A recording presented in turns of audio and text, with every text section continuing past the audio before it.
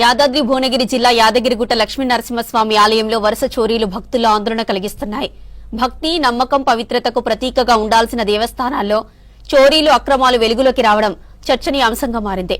ఆలయంలో సుమారు 10 లక్షల రూపాయల విలువైన స్వామివారి బంగారు, వెండి డాలర్లు మాయమైన ఘటన ఆలయ వర్గాల్లో కలకలం రేపింది.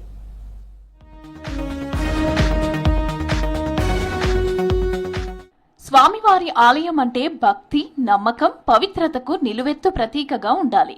కానీ యాదగిరిగుట్ట లక్ష్మీ నరసింహస్వామి ఆలయంలో ఇటీవల వరుసగా బయటపడుతున్న చోరీలు, అక్రమాలతో భక్తుల్లో ఆందోళన కలుగుతోంది. కొద్ది రోజుల క్రితం ఆలయానికి సంబంధించిన చింతపండు చోరీ కేసు ఏసీబీకి చిక్కిన ఘటన ఇంకా మర్చిపోకముందే ఇప్పుడు మరింత తీవ్రమైన విషయం వెలుగులోకి వచ్చింది. సుమారు 10 లక్షల రూపాయల విలువైన స్వామివారి బంగారం, వెండి డాలర్లు కనిపించకుండా పోవడం సంచలనంగా మారింది.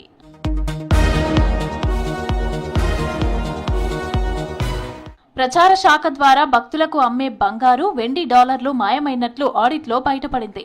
భక్తుల నుంచి కానుకల రూపంలో వచ్చే బంగారం, వెండితో స్వామివారి ప్రతిమను కూడిన డాలర్లను తయారు చేసి దేవస్థానం భక్తులకు అమ్ముతుంది.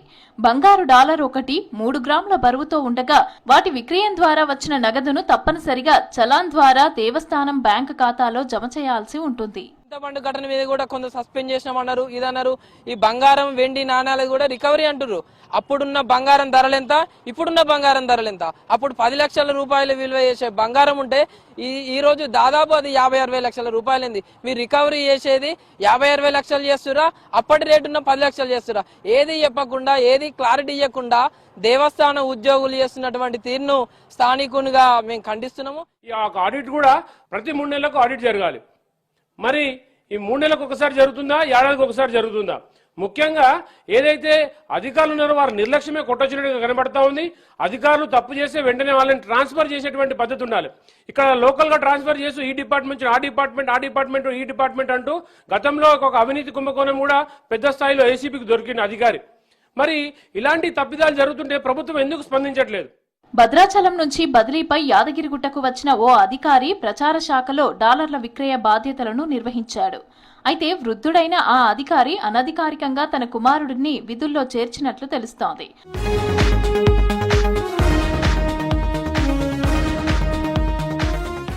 డాలర్లు విక్రయించి వచ్చిన నగదును దేవస్థానం ఖాతాలో జమ చేయకపోవడంతో ఆడిట్ తనిఖీల్లో ఈ వ్యవహారం వెలుగులోకి వచ్చింది. మొత్తం 18 బంగారు డాలర్లు, 48 వెండి డాలర్లకి సంబంధించిన నగదు దేవస్థానం ఖాతాలో జమ కాలేదని నిర్ధారణ అయింది. ఈ మధ్య యాదగిరిగుట్టలో ఎన్నో అవినీతి భాగవతాలు బయటపడతా ఉన్నాయి. ఇటీవల కాలంలో కూడా డాలర్ల విషయంలో కూడా 10 లక్షల రూపాయల అవినీతి బయటబయలైంది. కానీ అధికారులు కేవలం తూతుమంత్రంగా కింది స్థాయి అధికారులను సస్పెండ్ చేసి పై స్థాయి అధికారులు కేవలం షోకాజ్ నోటీస్ ఇవ్వడం జరిగింది. కానీ గత 10 సంవత్సరాలుగా ఇక్కడ ఆలయంలో జరుగుతున్న అవినీతిపైన స్పష్టంగా ఒక విచారణ కమిటీ వేయాలి. ఎందుకంటే 1000 కోట్ల రూపాయల అవినీతి జరిగిందని చెప్పి స్థానికులు భావిస్తూ ఉన్నారు.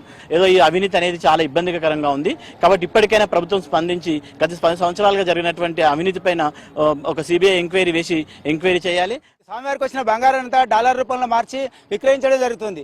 అయితే ఈ మధ్యలో ఏమైందంటే యాదగిరిగుట్ట దేవస్థానంలో మనకు ఈ డాలర్లు అనేటివి మిస్ అయినాయని డైరెక్ట్ గా డిఈఓ గారు భాస్కర్ శర్మ గారు ఒప్పుకోవడం జరిగింది. అధికారుల దృష్టి తీసుకొచ్చినప్పుడు దాన్ని రికవరీ చేసినామని చెప్తున్నారు. కానీ తూతు మాత్రంగా ఏదో సస్పెండ్ చేస్తున్నారు. తర్వాత మళ్ళీ దాన్ని రికవరీ అయిందని ఏదైంది మాకు చెప్పలేదు. ఈ చోరీ ఘటన వెనుక అధికారుల నిర్లక్ష్యమే ప్రధాన కారణమని స్థానికులు, భక్తులు ఆరోపిస్తున్నారు. యాదగిరిగుట్ట దేవస్థానానికి వచ్చే ఆదాయం సక్రమంగా వినియోగం కాకుండా పక్కదారులు పడుతోందని భక్తులు ఆవేదన వ్యక్తం చేస్తున్నారు. రాబోయే కాలంలో ఇంకెంత అవినీతి జరుగుతుందో ఈ విషయాన్ని అధికారుల దృష్టికి తీసుకుపోతున్నాము. అధికారులు కూడా గుట్టపైన లేకుండా వేరే విధంగా బదిలీ చేయాలి, లేకపోతే శాశ్వతంగా వాళ్ళని సస్పెండ్ చేయవలసిన అవసరం ఎంతైనా ఉన్నది.